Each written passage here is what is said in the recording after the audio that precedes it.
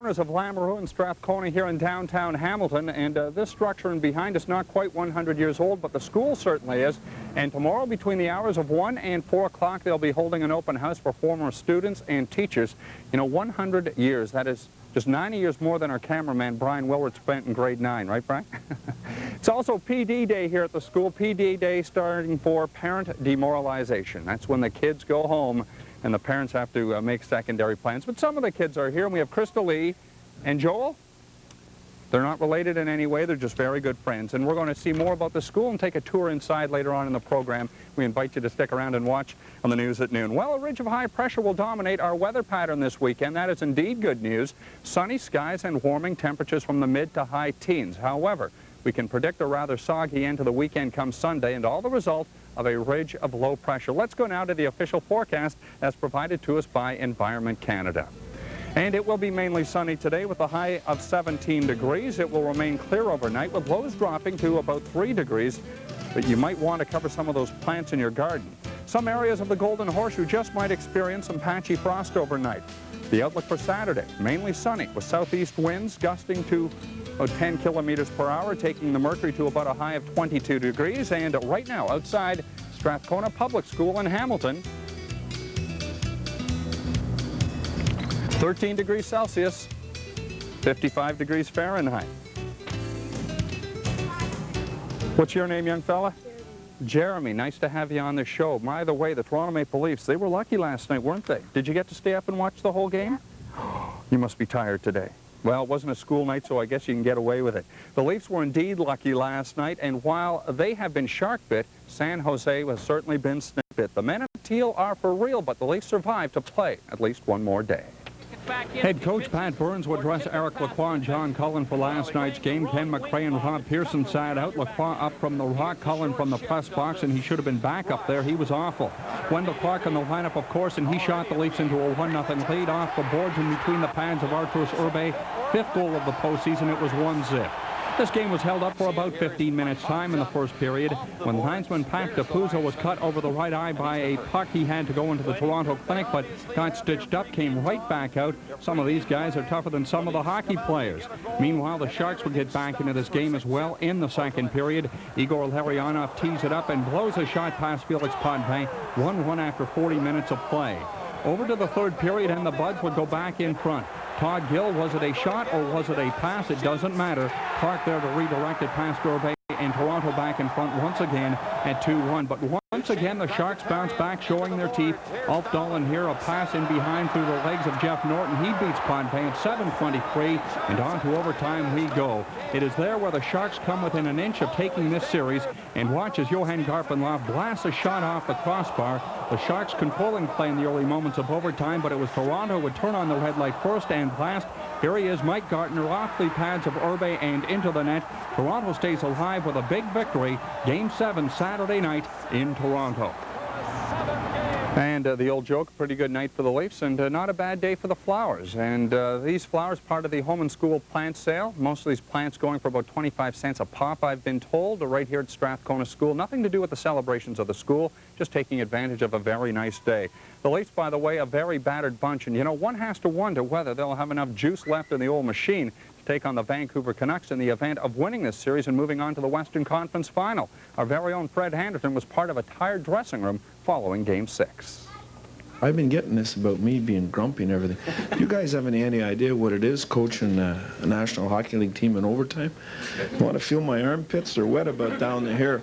I don't come in here chuckling and dancing and laughing. All we did is tie the series here. I mean, you know, that's my character, gentlemen. I'm sorry. I wish I was a jovial person, but I'm not. I mean, so I'm sure I'm happy about the win, but it's a pretty draining experience behind there.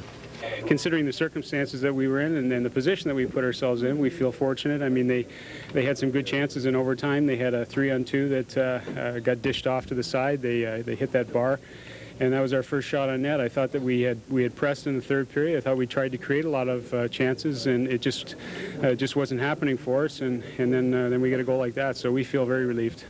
No, we've always respected these guys. I don't know, you guys keep saying we've never respected them. I think you guys don't respect them as much as we do as players. We've respected these guys. They knocked off Detroit. They come in here and they've played hard. Give these guys credit. Just because they When they came in the league 3 years ago, they got a bunch of quality guys over there, and they got some character. They're not going to roll over. This is 13-month-old, there's a difference, Abigail Young. She won the cutest baby contest at the Ancaster Fall Fair, and looks like she's had a fair breakfast this morning and now just napping here in the morning and noon sunshine and enjoying herself here at Strathcona Public School.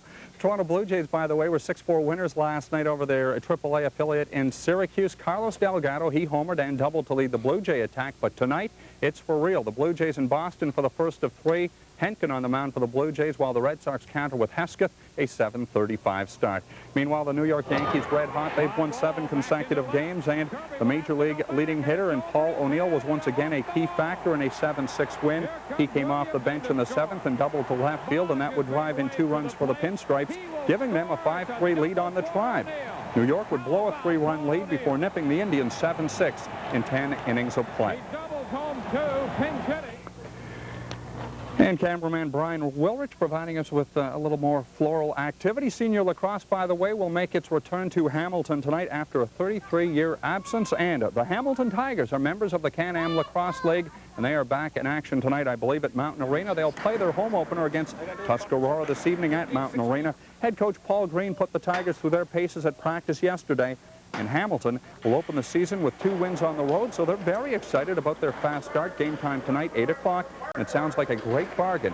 Tickets for adults, $5, seniors, $4, and kids, well, you can get in for $1.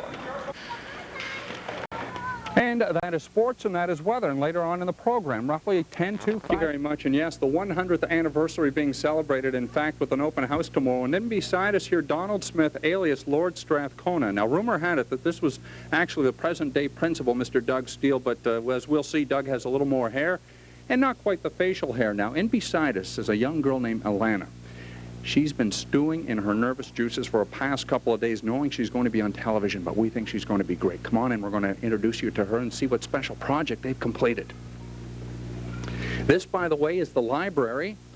Arlene Outlaw, who happens to be the librarian, and we talked to you about a very special guest. Alana, right over here. How are you? Good. Not bad. This is not as bad as you think. We're on television right now. Are you as nervous as you thought you might be? Yes. Okay, well, me too.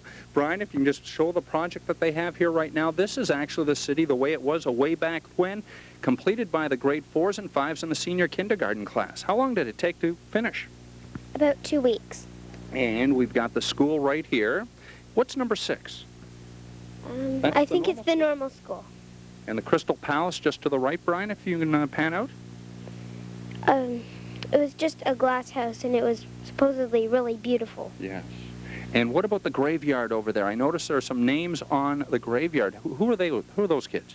The people in my class, because my teacher told some boys that they should put names on the graveyard, on the gravestones, so they put everybody in the class. And some people are dead in 1793 and in 1642. And kind of like Beetlejuice. yeah. Thank you so very much. Alana, you were wonderful. Provincial champion in terms as well of synchronized swimming. Arlene, let's move our way in. We have about a minute and a very little bit of change. Come on in. Alana, come on in and join us. We're going to go into the gymnasium where Mr. Doug Steele, the principal, and the rest of our guests here today, including some of the school members, are getting ready and prepared to sing us a song. Hi, kids. How's it going? These are the kids that have yet to graduate right here. Still in grade 5. And, of course, some of the present-day children as well. Hi, what's your name? Brendan. And yours? Wesley.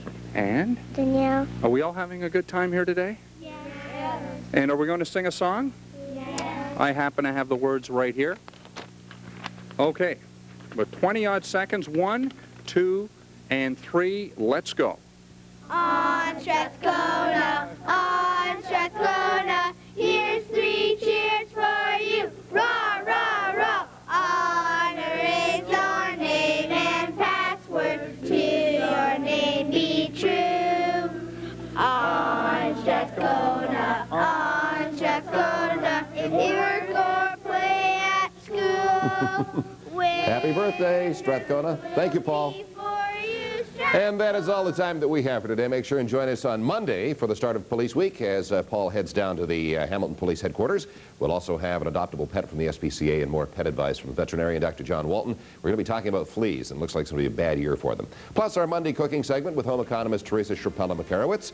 And I'll have next news at 5:30. Connie, of course, has the day off. Until then, you have a great afternoon. It's a beautiful day outside, so get out and enjoy it. Can't join us at 5:30? Have a great weekend. See you then.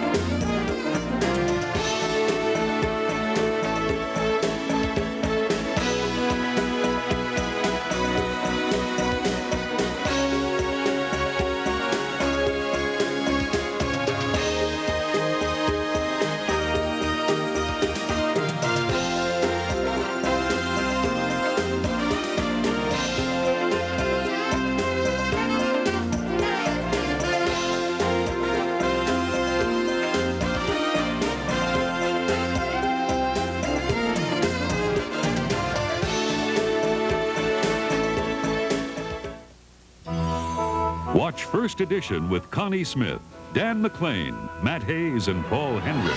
Weekdays at 5:30 on Channel